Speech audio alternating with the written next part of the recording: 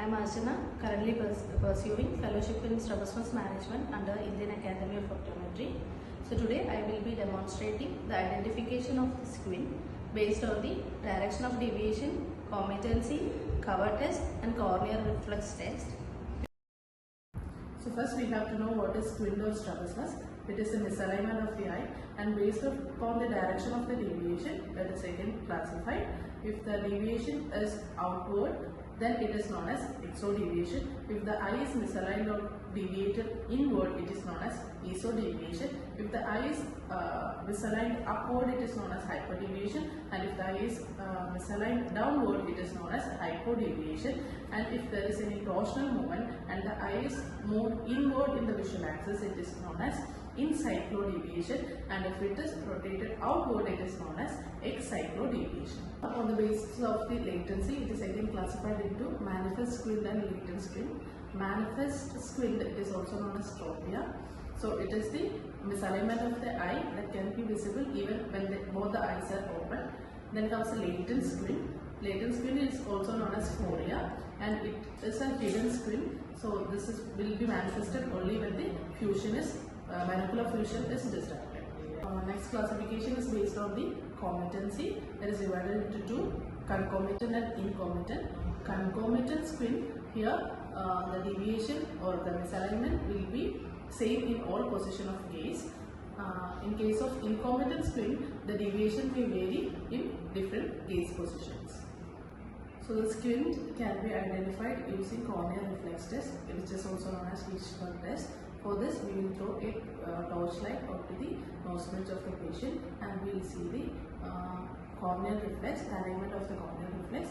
If this corneal reflex is at the center of both the eye or both the pupil, then we can say that the patient is not having any squint. If it is misaligned, that means there is a presence of squint. If the reflexes are deviated inward, that means patient is having, or if the reflexes are deviated nasally, that means patient is having exotropia, and if it is displaced temporally, the patient is having esotropia. And if the displacement of the corneal reflex is downward, that means patient is having hypertropia, and if the corneal reflex is displaced upward, it means that patient is having hypotropia.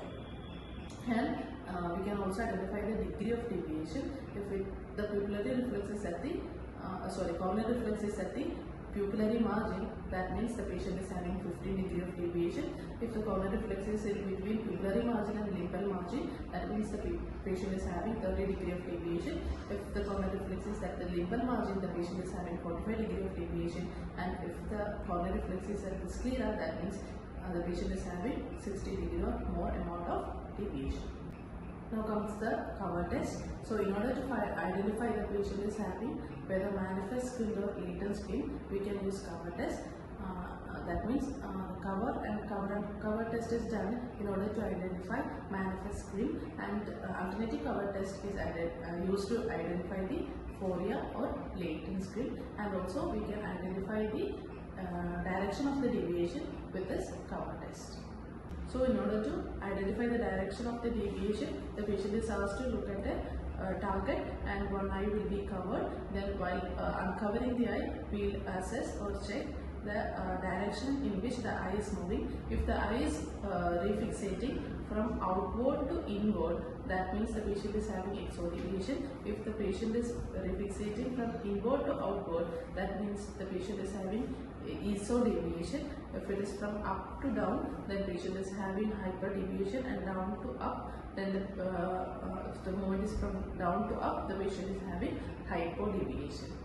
So here we are having patient, and she is having a complaint of misalignment of the eye occasionally. So we are going to assess it.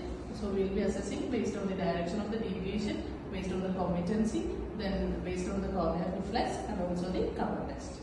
So before moving on to the assessment, we have to check the visual ability of the patient. For that, we can use occluders.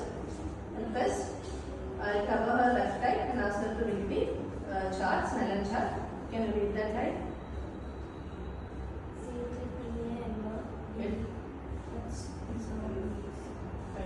What about this side?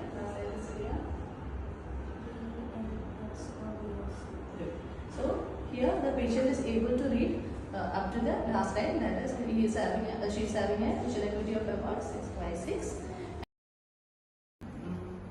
Please look at that object.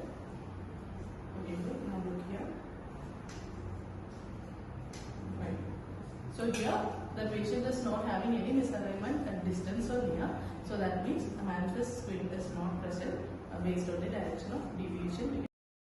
We have to show a sharp object or an object in all 9 cardinal portion of the eye and see whether there is any misalignment in any of the position. So here the patient is asked to look at the sharp object. Please look at here. Now here, here.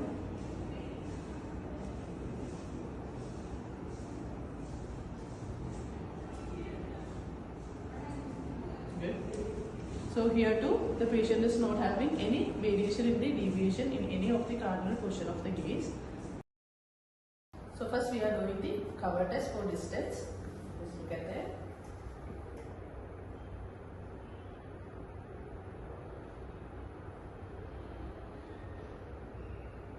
Good.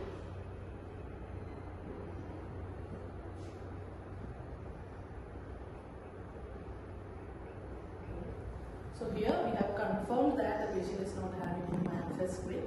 So now we will do the alternative cover test to check whether the patient is having latent squint.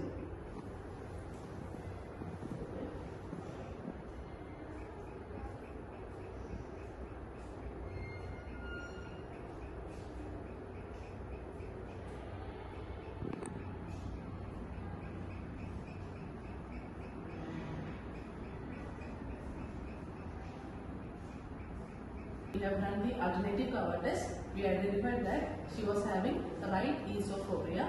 That means when I was doing alternative cover test, her right eye was moving from inward to outward. Moving on to near cover test. For that, patient is asked to look at the near object. Please look at here.